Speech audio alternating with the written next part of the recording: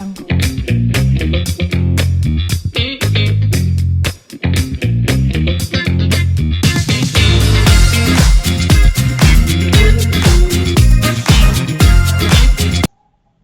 Students, मैं मनोज लांबा आप सभी का स्वागत करता हूं एमएल एकेडमी भिवानी के यूट्यूब चैनल पर।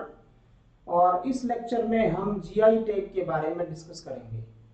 जीआई टैग ज्योग्राफिकल इंडिकेटर यानी भौगोलिक संकेतक होता है जो भारत में ज्योग्राफिकल इंडिकेशन रजिस्ट्री के द्वारा जारी किया जाता है। भारत में जीआई टैग जो हैं उसके लिए भौगोलिक संकेतक संरक्षण एक्ट 1999 भारतीय संसद ने पास किया था, जिसे 13 सितंबर 2003 को लागू किया गया और जिसके तहत भारत में जीआई टैग पाने वाला पहला प्रोडक्ट दार्जिलिंग की चाय है, जिसे 2004 में भौगोलिक संकेतक दिया गया। मैं यहाँ आपको बता दूं कि भौगोलिक संकेतक वर्ल्ड ट्रेड ऑर्गेनाइजेशन के ट्रिप्स समझौते के तहत दिए जाते हैं और ये इंटेलेक्चुअल प्रॉपर्टी के लिए दिए जाते हैं। मान लीजिए दार्जिलिंग की चाय है, वो एक फिजिकल प्रोडक्ट है, लेकिन उसको तैयार करने में जो नॉलेज इस्तेमाल की जाती है, जो विधि इस्तेमाल की जाती है, वो एक इंटेलेक्चुअल प्रॉपर्टी है, ये आप ध्यान रखें। इसी प्रकार से कोई भी प्रोडक्ट जो तैयार किया जाता है उसमें इंसानी दिमाग और इंसानी तौर तरीकों का एक विशेष प्रयोग किया जाता है और कुछ उसमें भौगोलिक विशेषताएं भी हो सकती हैं। जैसे मान लीजिए कोई कृषि उत्पाद है, एग्जाम्पल के तौर पर हम बोकोसोल चावल जो कि असम में उगाया जाता है, तो वो वहाँ की जो भौगोलिक विशेषताएं हैं, वहाँ की मिट्टी की कुछ खास बातें या उसको ऑर्गेनिक विधि से उगाया गया हो, तो इस प्रकार से जो एक अलग अलग स्थान के जो प्रोडक्ट्स फेमस हैं उनको सर्टिफाई करने के लिए जीआई टैग शुरू किया गया है। तो जीआई टैग भारत में मैंने जैसा कि बताया कि जो ज्योग्राफिकल इंडिकेशन रजिस्ट्री है वो जारी करता है और ज्योग्राफिकल इंडिकेशन रजिस्ट्री किसी भी प्रोडक्ट को जब जीआई टैग देता है तो वो 10 साल तक वैलिड रहता है और इसके लिए अलग अलग मिनिस्ट्रीज, अलग अलग स्टेट गवर्नमेंट्स के द्वारा जीआई टैग के लिए अप्लाई किया जाता है। अगर किसी राज्य को लगता है कि उसके यहाँ का कोई प्रोडक्ट खास है तो वो जीआई टैग के लिए अप्लाई कर सकता है। अगर ज्योग्राफिकल इंडिकेशन रजिस्ट्री के द्वारा उसे प्रमाणित किया जाएगा तो उसे जीआई टैग मिल जाएगा। तो 2021 में जो जीआई टैग दिए गए हैं वो जीआई टैग हम इस वीडियो के अंदर डिस्कस करेंगे। तो जो प्रोडक्ट्स हैं उनकी कुछ खास बातें अगर होंगी तो वो भी मैं आपको इस वीडियो में बताऊंगा। चलिए शुरू करते हैं आज का लेक्चर। तो वैसे मैं आपको बता दूं कि भारत में जो जीआई टैग दिए जाते हैं तो जीआई टैग का एक स्लोगन भी है। तो वो स्लोगन है अतुल्य भारत की अमूल्य निधि। ये भी आप ध्यान रखें कि जो स्लोगन है जीआई टैग का अतुल्य भारत की अमूल्य निधि। अतुल्य भारत आप सबको पता है भारतीय पर्यटन विभाग जो है, टूरिस्ट डिपार्टमेंट जो है, उसका स्लोगन है। तो अतुल्य भारत की अमूल्य निधि ये स्लोगन है जीआई टैग का, ये आपको ध्यान रखना है। तो अब हम चर्चा शुरू करते हैं 2021 में जो जीआई टैग दिए गए हैं उनके बारे में। तो सबसे पहले जुडीमा राइस वाइन। तो जुडीमा राइस वाइन जो है ये असम को इसके लिए जीआई टैग दिया गया है। ये एक पारंपरिक शराब है जिसे चावल के फर्मेंटेशन यानी किण्वन से तैयार किया जाता है। आपसे अगर साइंस में पूछा जाता है कि शराब को कौन सी विधि से तैयार किया जाता है तो आप ध्यान रखें आपका आंसर होगा किण्वन यानी फर्मेंटेशन, जिसकी खोज करी थी लुईस पास्चर ने। और जुडीमा राइस जो है, राइस वाइन जो है, इसके बारे में आप ध्यान रखें कि इसको असम की एक ट्राइब है यानी जनजाति है जिसका नाम है दिमासा, वो जनजाति इसको तैयार करती है। चलिए हम नेक्स्ट पर बढ़ते हैं। और असम का मैंने थोड़ी देर पहले आपको जो है एक बोकोसोल नाम का चावल आपको बताया था, बोकोसोल। इस चावल की खासियत ये है कि इस चावल को पकाया नहीं जाता है। तो इसको खाने के लिए आप इसको पकाते नहीं है, इस चावल को केवल आपको भिगोना होता है और ये गल जाता है और आप इसको खा सकते हैं। तो ये इस चावल की खास बात है जो असम में उगाया जाता है। वैसे असम भारत में चाय के उत्पादन में टॉप स्थान पर है, पहले स्थान पर है। इसके बाद है वाड़ा कोलम चावल। तो ये एक विशेष प्रकार का चावल है जो महाराष्ट्र में उगाया जाता है और इसके लिए महाराष्ट्र को अभी जीआई टैग दिया गया है। इसके बाद है काले चावल, जिसे चाक हाउ भी कहते हैं, ये मणिपुर का चावल है। मणिपुर में मैं बता दूं यहाँ पर 2021 में ही एक है तामेंगलोंग संतरा। तामेंगलोंग संतरा, तो तामेंगलोंग संतरा जो है वो ज्यादा पल्पी होता है, बड़ा जूसी होता है, तो ये मणिपुर में उगाया जाता है। तो मणिपुर को तामेंगलोंग संतरे के लिए जीआई टैग मिला हुआ है। इसके अलावा विश्व की सबसे ज्यादा जो तेज मिर्च होती है, जिसका नाम है हाथी मिर्च, जिसको सिरार खोंग भी कहते हैं, वो भी मणिपुर में उगाई जाती है और उसे भी जीआई टैग अभी 2021 में दिया गया है। तो कुल मिलाकर मणिपुर के हमारे पास 3 प्रकार के जो उत्पाद हैं 2021 में जीआई टैग के लिए हो गए हैं।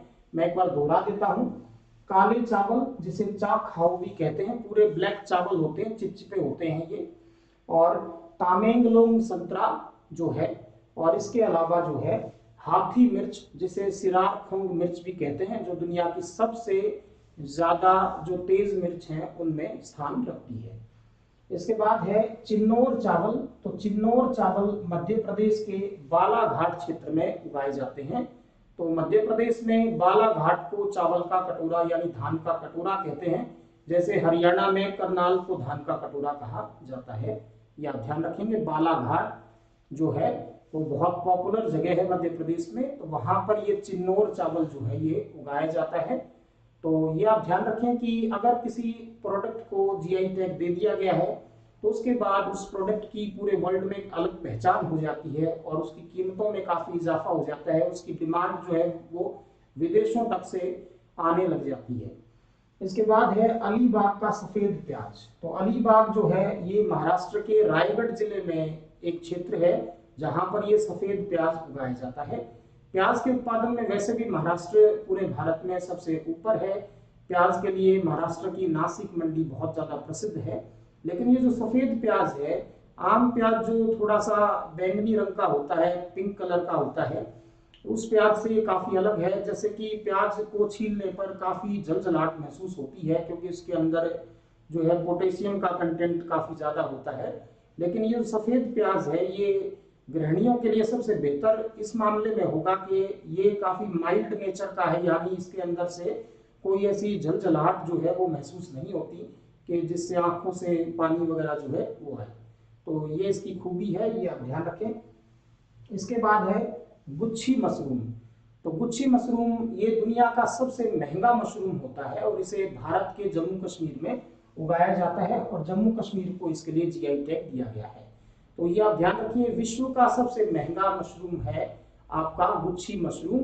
तो ये पूरे वर्ल्ड में सिर्फ जम्मू कश्मीर के अंदर ही उगाया जाता है।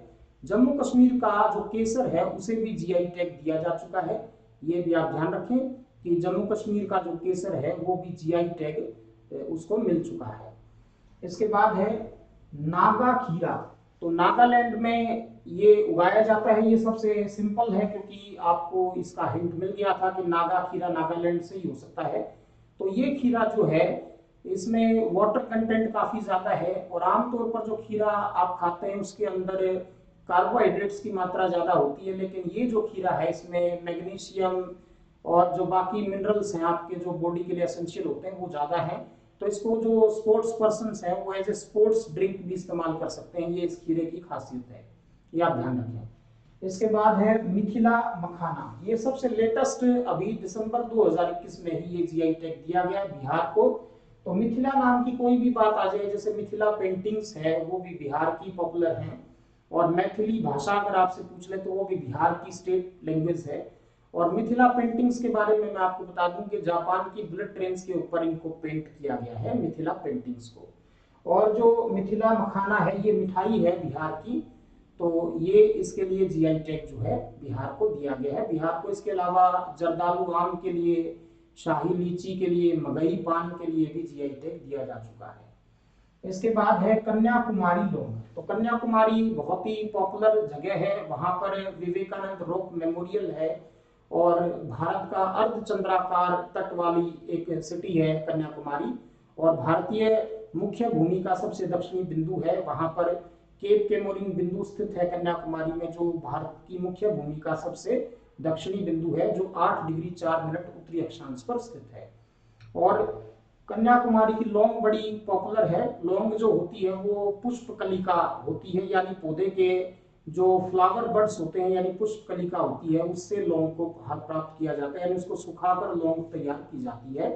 और तंजानिया जो देश है अफ्रीका महाद्वीप में, उसका एक द्वीप है जिसका नाम है जंजीबारा, उसे लौंग द्वीप कहा जाता है। दुनिया का लौंग द्वीप कहा जाता है तंजानिया के जंजीबारा द्वीप को, ये भी आपको याद रखना है। और लौंग के उत्पादन में वैसे भी जो है तमिलनाडु टॉप पर है। अगर हम ओवरऑल सभी मसालों की बात करेंगे तो उसमें केरल टॉप पर है, ये भी आप थोड़ा सा ध्यान रखें। इसके अलावा आपका जो नेक्स्ट पॉइंट है वो है सोजत मेहंदी। तो सोजत मेहंदी जो है राजस्थान के पाली डिस्ट्रिक्ट में एक जगह है सोजत, वहां पर इस मेहंदी को तैयार किया जाता है। इस मेहंदी को वर्षा के पानी से तैयार किया जाता है, तो इसमें एक अलग ही एरोमा होता है, इसकी जो खुशबू होती है वो काफी डिफरेंट होती है। और मैं आपको बता दूं कि ये मेहंदी जो है वो 5 लाख रुपए किलो तक जो है वो विदेशी बाजारों में बेची जाती है, सोजत मेहंदी। तो इसके लिए राजस्थान को अभी जीआई टैग मिला है। और ये बहुत ज्यादा पॉपुलर अभी ये शब्द हो गया था सोजत मेहंदी, क्योंकि आपको पता है कि एक प्रसिद्ध अभिनेत्री है कटरीना कैफ, जिनकी शादी अभी राजस्थान में ही संपन्न हुई है। तो यहाँ जो सोजत मेहंदी को तैयार करने वाले जो प्रोड्यूसर्स हैं, उन्होंने उनको ये मेहंदी गिफ्ट भी की थी, तो काफी चर्चा का विषय ये रहा था, तो ये एग्जाम में आ सकता है। नेक्स्ट हम देख लेते हैं। नेक्स्ट है सरभजा एवं सरपुरिया मिठाई। तो सरभजा एवं सरपुरिया मिठाई जो है ये पश्चिम बंगाल की ट्रेडिशनल मिठाइयाँ हैं, और पश्चिम बंगाल को इसके लिए जीआई टैग दिया गया है। पश्चिम बंगाल के रसगुल्ले को भी जीआई टैग मिल चुका है, जिसके बाद विवाद हो गया था, क्योंकि ओडिशा और पश्चिम बंगाल दोनों ने ही रसगुल्ले के लिए जीआई टैग मांगा था, लेकिन वो पश्चिम बंगाल को दिया गया। उसके बाद ओडिशा ने विरोध किया, तो ओडिशा के रसगुल्ले को भी जीआई टैग मिला हुआ है। ये आप दोनों ध्यान रखें कि पश्चिम बंगाल के रसगुल्ले को भी जीआई टैग मिला है, और ओडिशा का वह रसगुल्ला जो जगन्नाथ मंदिर के अंदर प्रसाद के रूप में इस्तेमाल किया जाता है, उसको भी जीआई टैग मिला हुआ है। और वैसे मैं आपको बता दूं कि 1936 से पहले ओडिशा जो है वो पश्चिम बंगाल का ही हिस्सा था। इसके बाद है एडियूर मिर्च और कुटियाटूर आम। तो ये दो अलग अलग प्रोडक्ट्स हैं, लेकिन ये एक ही स्टेट से हैं, केरला से। तो केरल के हैं एडियूर मिर्च, जो काफी मीठे तरह की मिर्च होती है, मतलब ये तीखी मिर्च नहीं है, ये थोड़ा सा मिठास वाली मिर्च है एडियूर मिर्च। और कुटियाटूर आम जो है, इन दोनों को केरल के लिए जीआई टैग जो है दिया गया है। भारत का पहला जीआई टैग स्टोर जो है वो गोवा के दाबोलिम एयरपोर्ट पर खोला गया। ये भी आपको ध्यान रखना होगा कि दाबोलिम एयरपोर्ट जो गोवा में है, वहां पर जीआई टैग स्टोर है, यानी वहां पर एक ऐसा दुकान, ऐसा शोरूम है जहां पर आपको भारत के अलग अलग जीआई टैग प्राप्त जो प्रोडक्ट्स हैं वो आपको खरीदने को मिल जाएंगे। इसके बाद है डले खुर्सीना। तो डले खुर्सीना एक मिर्च है जिसे लाल चेरी मिर्च भी कहते हैं, और इसके लिए सिक्किम को जीआई टैग दिया गया है। तो सिक्किम जो है आप सबको पता है जनसंख्या के अनुसार भारत का सबसे छोटा राज्य है, और इसे डले खुर्सीना मिर्च यानी लाल चेरी मिर्च के लिए जीआई टैग दिया गया है। इसके बाद है देशावरी पान। तो देशावरी पान के लिए उत्तर प्रदेश को जीआई टैग अभी 2021 में दिया गया है।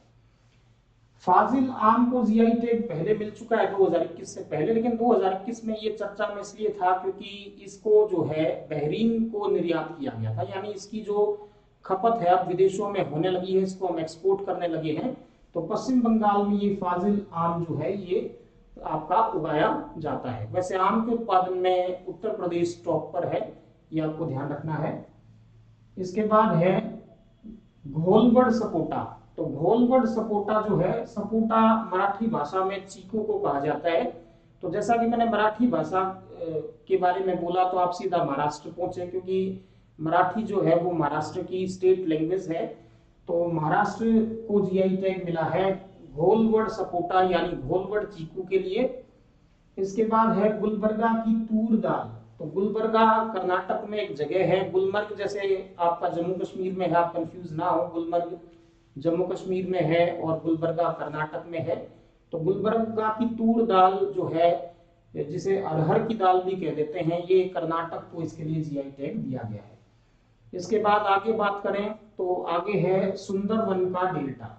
सॉरी सुंदरबन का शहद। तो सुंदरबन का डेल्टा मैंने इसलिए बोल दिया क्योंकि ये सुंदरबन के डेल्टा पर ही मोली समुदाय के कुछ लोग होते हैं, वहां पर अलग से एक ट्राइब है, एक जनजाति है मोली, उसके द्वारा सुंदरबन डेल्टा क्षेत्र में ये शहद वहाँ के जो मैंग्रोव वन है, तो भारत में और दुनिया में मैंग्रोव वनों का सबसे बड़ा क्षेत्र सुंदरबन का डेल्टा है। और सुंदरबन का डेल्टा विश्व का सबसे बड़ा डेल्टा है, जिसका निर्माण गंगा और ब्रह्मपुत्र नदियों के जल से होता है। और डेल्टा हमेशा त्रिकोण आकृति का होता है, ये आप ध्यान रखें। और सुंदरबन के डेल्टा पर जो मैंग्रोव वृक्ष हैं, उन्हीं वृक्षों पर लगे जो मधुमक्खियों के छत्ते हैं, वहां से ये विशेष प्रकार का शहद एकत्रित किया जाता है। क्योंकि ये सुंदरबन के डेल्टा से एकत्रित किया जाता है, तो इसका नाम सुंदरबन का शहद रखा गया है। और ये पश्चिम बंगाल में इसका प्रोडक्शन होता है मोली समुदाय के लोगों के द्वारा। तो पश्चिम बंगाल को इस शहद के लिए जीआई टैग प्रदान किया गया है। इसके बाद है कांटेदार बैंगन। तो कांटेदार बैंगन के लिए तमिलनाडु को जीआई टैग दिया गया है। और तमिलनाडु के ही विलाचेरी मिट्टी के खिलौनों को भी अभी 2021 में जीआई टैग दिया गया है। तो ये लगभग ऑलमोस्ट सभी 2021 में जो इम्पोर्टेंट जीआई टैग्स जो प्रदान किए गए हैं वो मैंने आपको इस वीडियो के अंदर बताए हैं। और अगर आपको ये वीडियो अच्छा लगा है, हेल्पफुल लगा है, और आप चाहते हैं कि मैं आगे भी इसी प्रकार से वीडियो आपके लिए अपलोड करूं, तो आप इसे लाइक और शेयर जरूर करें, और आप कमेंट करके बताएं कि आपको वीडियो कैसा लगा। आप सभी का बहुत बहुत धन्यवाद। जय हिंद, जय भारत।